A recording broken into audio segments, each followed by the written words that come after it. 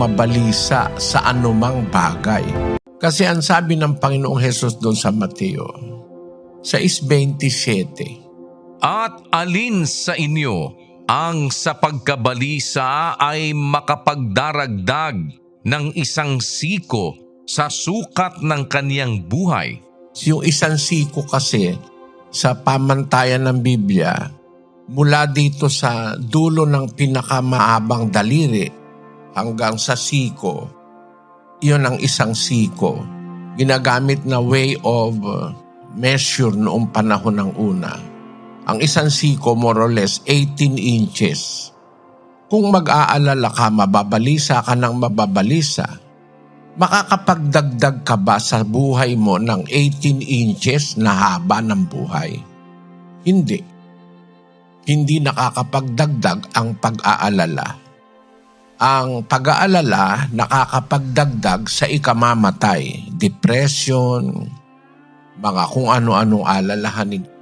Ano ang payo ng ating Panginoon doon sa 6:33? Datapwat hanapin muna ninyo ang kaniyang kaharian at ang kaniyang katwiran, at ang lahat ng mga bagay na ito ay pawang idaragdag sa inyo. Hanapin muna ninyo ang kanyang katwiran, ang kanyang kaharian. Lahat ng mga kailangan mo idadagdag sa iyo ng Diyos. Hindi makakapagdagdag sa buhay ang pag-aalala. Para maalis yung pag-aalala, ano ang payo ng Panginoon? Basahin natin ang 4:6 ng Pilipos.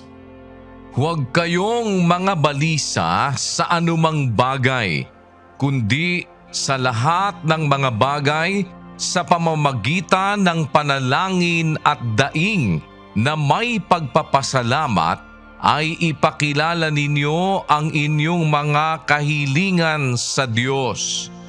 At ang kapayapaan ng Diyos na di masayod ng pag-iisip ay mag-iingat ng inyong mga puso at ng inyong mga pag-iisip kay Kristo Jesus. Huwag kayong mabalisa sa anumang bagay. Kahit anong bagay, dapat huwag kang mabalisa. Napakalawak nun, kapatid. Kakainin, daramitin, iinumin, tatahanan, gagastusin. Huwag kayong mabalisa sa anumang bagay. Mga bagay sa palibot-libot ng buhay natin, mga kung ano-anong mga aksidente, mga sakit, mga kung ano-anong bagay na ikinababalisa ng tao. Ang sabi, huwag kayong mabalisa sa anumang bagay, kundi sa lahat ng mga bagay, sa pamamagitan ng panalangin at daing, kalakip ang pagpapasalamat sa Diyos, ay ipakilala ninyo ang inyong mga kahilingan sa Diyos. Wala tayong maia-approach na iba, kundi ang Diyos.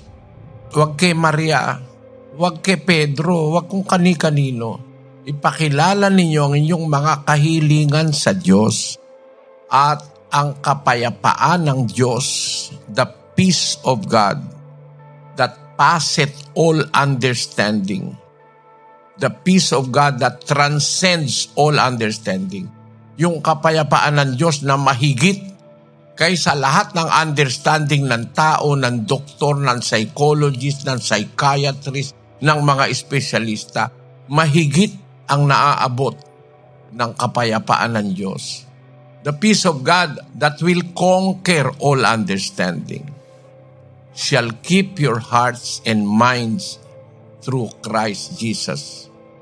Kaya ang kapayapaan ng Diyos na hindi masayod ng lahat ng pag-iisip, kahit kanino pang pag-iisip, pag samasamahin mo, walang kwenta. Yung kapayapaan ng Diyos na yon ang mag-iingat sa inyong puso at inyong pag-iisip kay Kristo.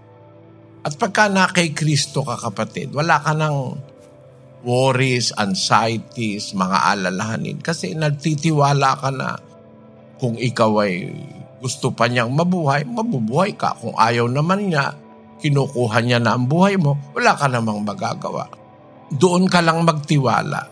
At makita mo, dadagdag pa ng Diyos sa iyo yung mga pangangailangan mo sa buhay. At hindi ka na dapat mabalisa.